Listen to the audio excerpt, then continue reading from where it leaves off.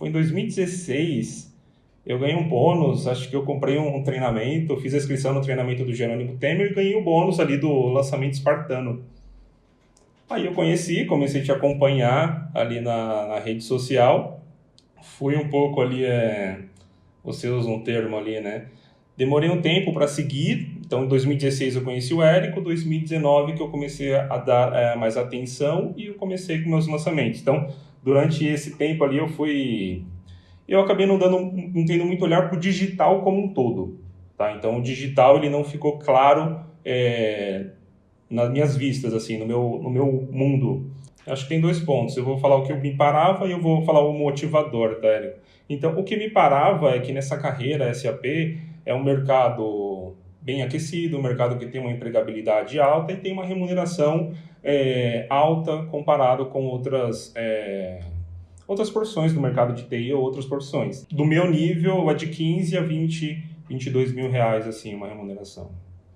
Então, aquilo me deixava um pouco aqui tá bom, né? Aqui tá bom. Na ocasião, eu estava trabalhando em Sorocaba, eu morava em São Paulo, estava trabalhando em Sorocaba, cerca de 100 quilômetros de São Paulo.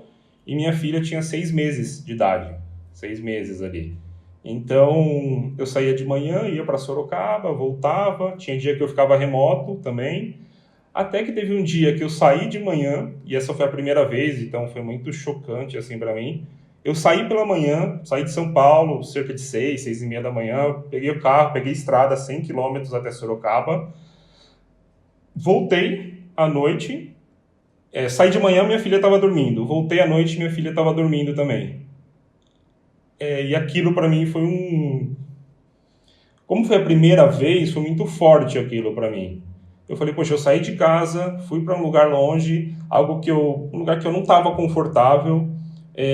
Eu poderia ter feito o que eu fiz lá de casa, e quando eu saí, cheguei em casa, minha filha dormindo, então aquilo foi um grande estalo. E o que eu ouvia nesse caminho de São Paulo para Sorocaba?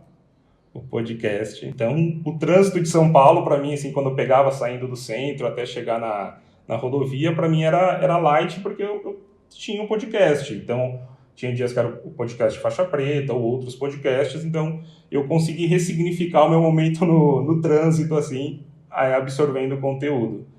E nessa ocasião, nesse período aí que aconteceu essa situação, o podcast que eu ouvi na ida e na volta, não me lembro se foi no mesmo dia, eu ouvi na ida e na volta o mesmo podcast, 2 vezes no mesmo dia, foi o da ponte. A queima de ponte. E eu falei, poxa, se eu queimar minha ponte por um período, qual o risco que eu corro? Comecei a colocar na ponta do lápis o risco, conversei com a minha esposa e eu falei, poxa, tenho uma reserva, vou queimar minha ponte ali por alguns meses e depois vamos ver como vai ser durante esse período e depois, no pior dos cenários, que não seria ruim, eu voltaria para o meu trabalho. Foi quando eu entrei ali na Fórmula. Eu já tinha um produto, já ministrava cursos offline.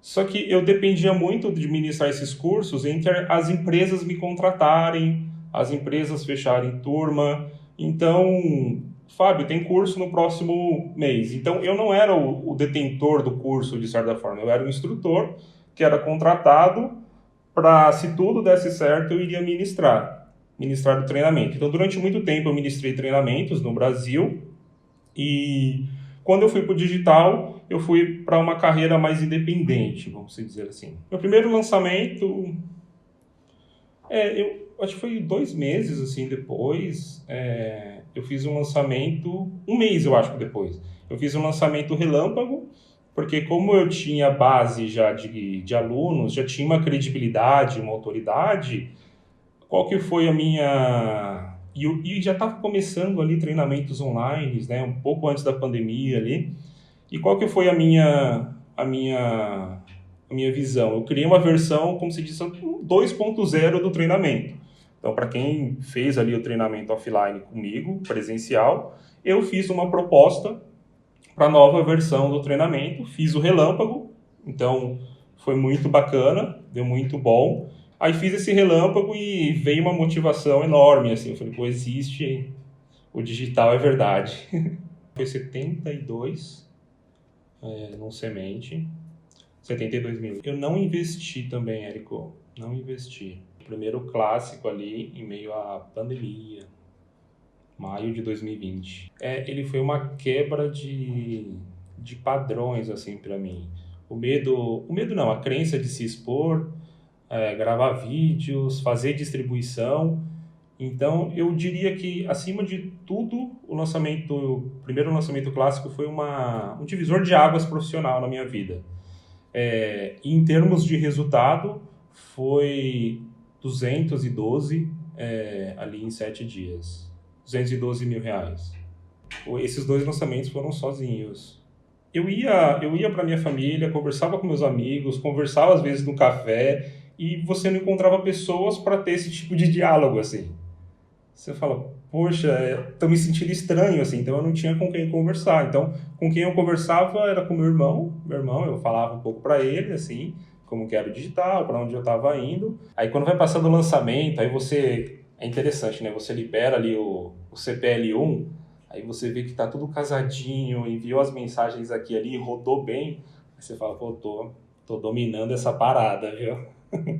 Tô masterizando. Então é muito legal. A cada lançamento você vai melhorando como lançador, como expert, e você vai enxergando outras possibilidades no digital também, outras formas de escalar, de gerar mais receita. Então o Fórmula ele também me abriu a mente pro digital, as possibilidades, as profissões que existem no digital, né?